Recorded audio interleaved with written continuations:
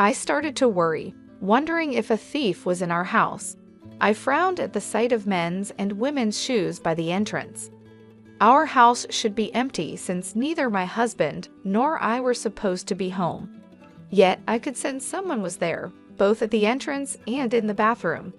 The loud, crude voice coming from the bathroom made it clear that someone was enjoying themselves. It's not unusual for husbands to invite their mistresses over when their wives are away, but that couldn't be the case here.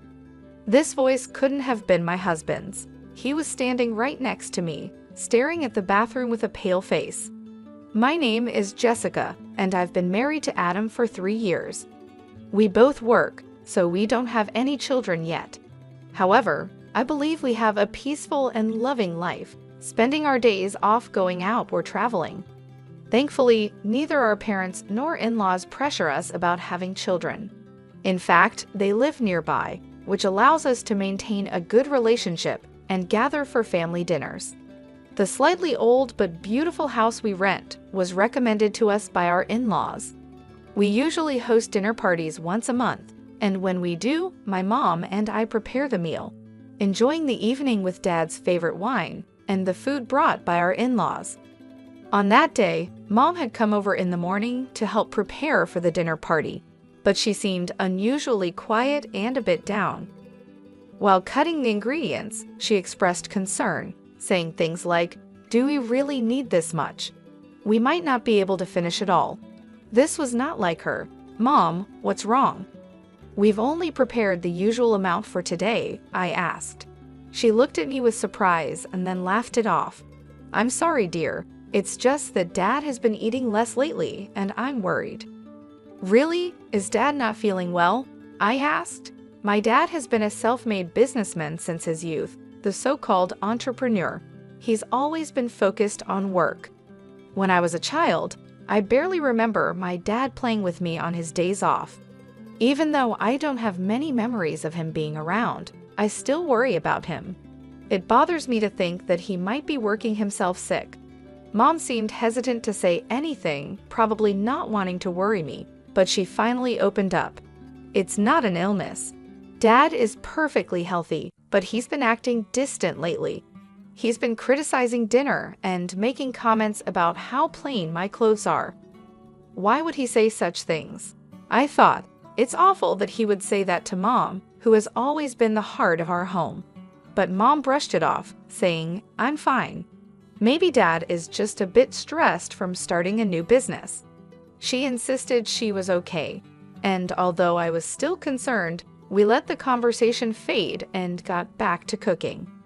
Today, we plan to prepare a special meal, including Dad's favorite steak and pie as a way to support his new business venture. Adam, my husband, was busy as usual, unable to relax until everything was spotless. He's very particular about cleanliness, and even when it's just family, he always makes sure the entrance and living room are perfectly clean before we have guests. As I started tidying up the garden, Dad, my mother-in-law Teresa, and my father-in-law Eric arrived. "Jessica, can I have a word?" Teresa called out to me just as I was checking the pan to cook the steak.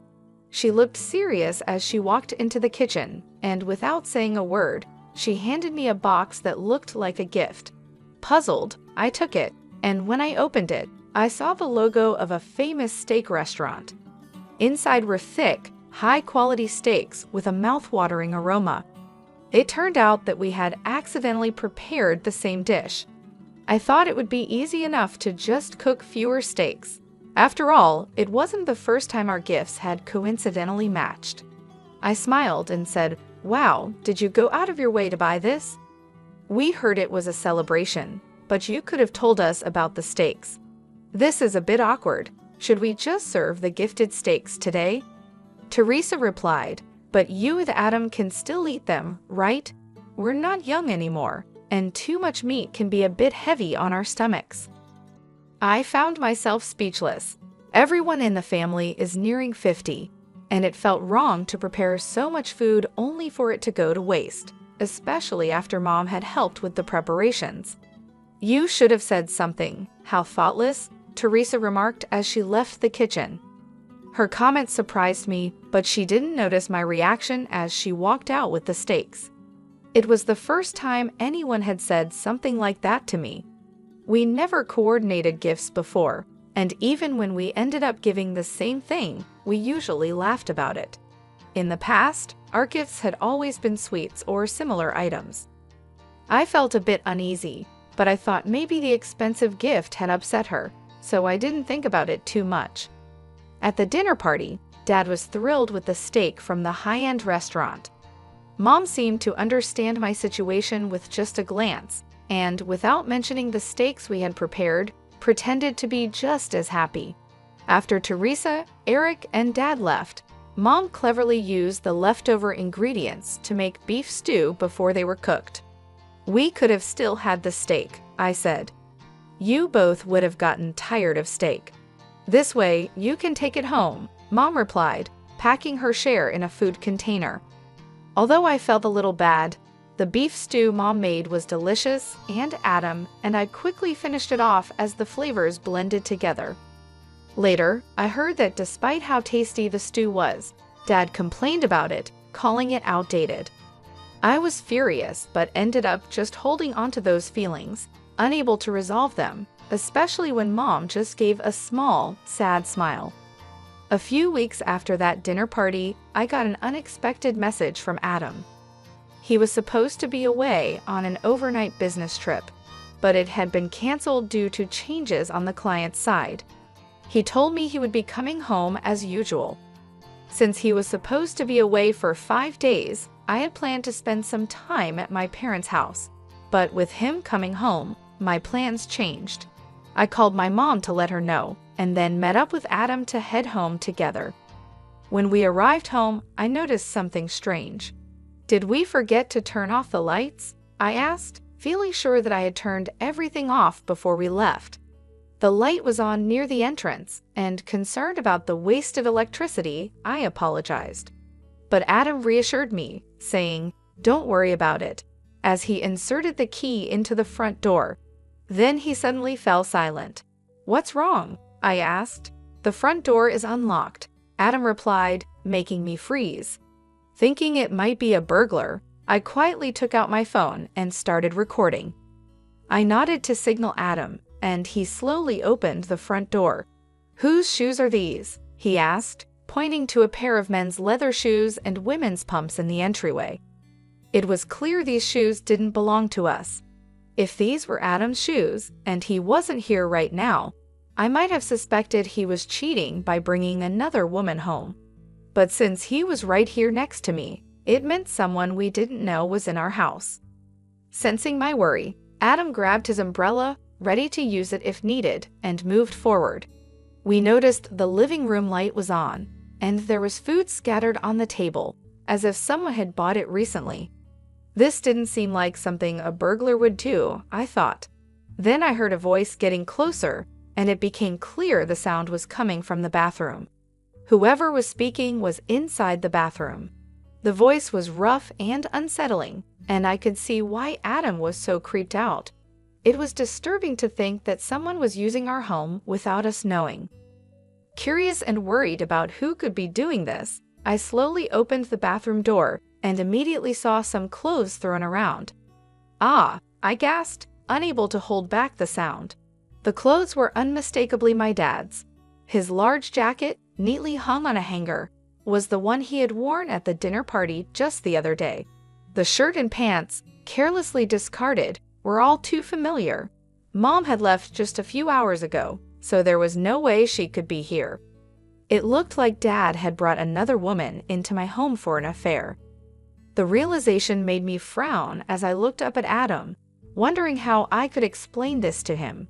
He was staring, pale-faced, at a necklace resting on top of the washing machine. I recognized the necklace and the earrings beside it. They belonged to my mom. "This can't be Mom." Adam's words confirmed it. The people using our home for their affair were my dad and Teresa. I pulled Adam, who seemed ready to burst in on them, back to the living room. Moving away from the echoing voices seemed to help him calm down a bit. "Shouldn't we call your mom and my dad?" Adam suggested, though he seemed unsure. The thought of bringing Mom and Eric here now felt like it would lead to a crisis for both families, but I couldn't just ignore what was happening. The vulgar noises were still coming from the bathroom, suggesting they wouldn't come out anytime soon. I contacted Mom, and Adam reached out to Eric right away. "It's about Dad," Adam said. "Your dad told me he was going golfing today. He left early this morning and won't be back until tonight. Should I tell him to call you when he gets back?" "It seems that Dad is at home with Teresa," I said, unable to mention what was actually happening in the bathroom. But that was enough for Mom to understand the seriousness of the situation. In a tense voice, she said, "I'll be right there," and hung up. Less than 20 minutes later, Mom arrived, looking pale, with Eric right behind her, utterly bewildered. The voices had stopped, but we could still hear the shower running. Thankfully, the loud voices that had filled the hallway earlier were no longer heard. "Adam, what do you mean Teresa is here?" "I told you, Mom went on a day trip with friends and won't be back until tonight," Eric asked, full of questions. We had informed him that Dad was with someone, but whether he was confused or just didn't want to accept it, he avoided looking toward the bathroom. Feeling sorry for Eric, Adam signaled to me, and I started recording on my phone again. Adam made no effort to hide his approach as he stormed into the bathroom. "Hey, what the heck are you doing in our house?" Adam shouted as he pushed the room door open, making a dull sound. Screams from Dad and Teresa were followed by loud arguing between Dad and Adam. Adam, now standing in the doorway, grumbled in disgust. I grabbed a bath towel and tossed it into the bathroom, desperately wanting to avoid seeing them naked. I really didn't want to see that. Behind me, Mom, no longer able to hold back, pushed past me and stormed into the bathroom. She shoved Adam and Teresa aside and, with a voice I'd never heard from her before, dragged Dad out of the room. Eric, finally mustering his courage, followed Mom into the bathroom and pulled Teresa out. Both of them hurriedly dressed in their scattered clothes, and within minutes, they were sitting in the hallway with their hair still damp. All of us, including me, were panting heavily, our shoulders rising and falling with each breath. Mom broke the silence with a thin voice. "Why?"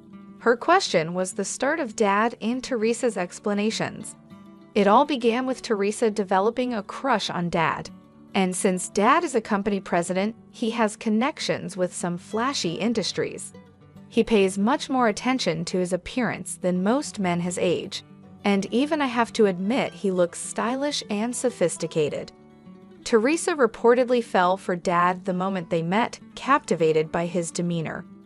Their relationship started to grow during the family gatherings we organized for Adam's and my wedding. Teresa, trying to show herself as a good person, eagerly took charge of planning the dinner parties, gradually getting closer to Dad. At one of these dinner parties, she finally worked up the courage to confess her feelings. Adam, looking sick to his stomach, glared at Teresa, but Dad was also part of the problem. He was drawn to Teresa, who dressed in bold makeup and flashy clothes, exuding a feminine allure, in contrast to Mom, who quietly took care of the home. But both Dad and Teresa had their own families. Mom often worked at the same company as Dad, and on Dad's days off, Eric usually had a similar schedule, so they needed a place to meet in secret. Surprisingly, they chose our home. Adam and I have a hobby of taking short trips and staying at nearby hotels during long weekends, which inadvertently gave them the opportunity. Teresa would say, "It's not safe to leave the house empty for too long, so I'll check on it," as a way to confirm our absence. Then she would contact Dad. Since we were neighbors and often shared our plans without suspicion, our house became their secret meeting place.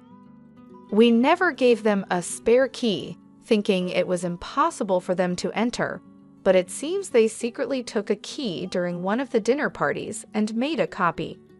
They were careful to leave no trace of their presence in our house.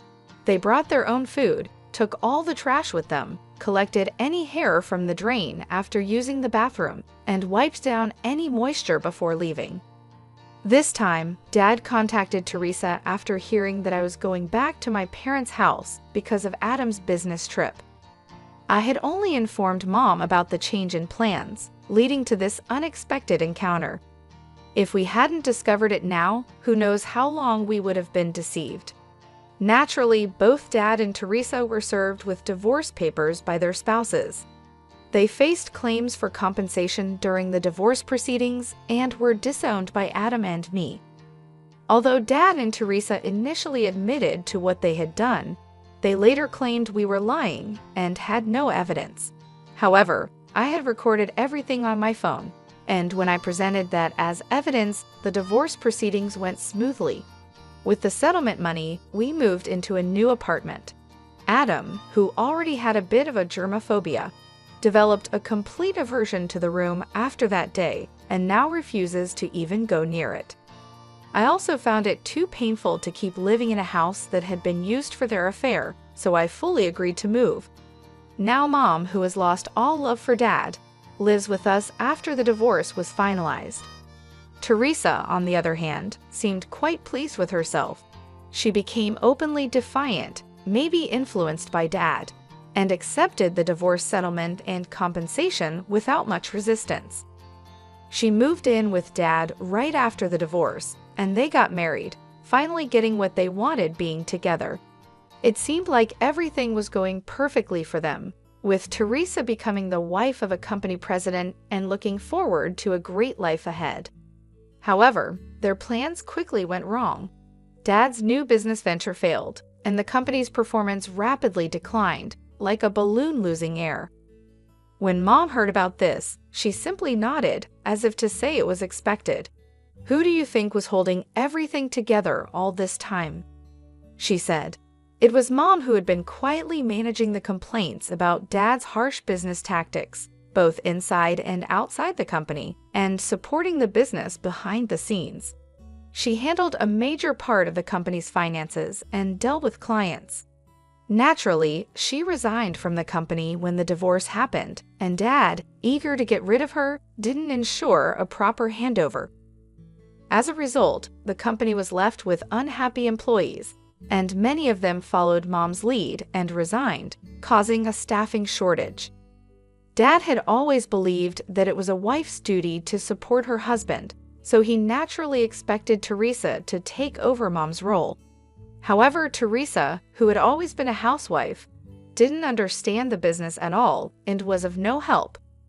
The mass resignation of employees, fueled by the scandal of Dad's divorce, became widespread gossip, and clients began to pull out from Dad's company, citing poor performance.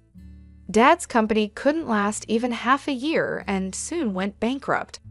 Their house and assets were seized, and they were left with significant debt, including unpaid wages.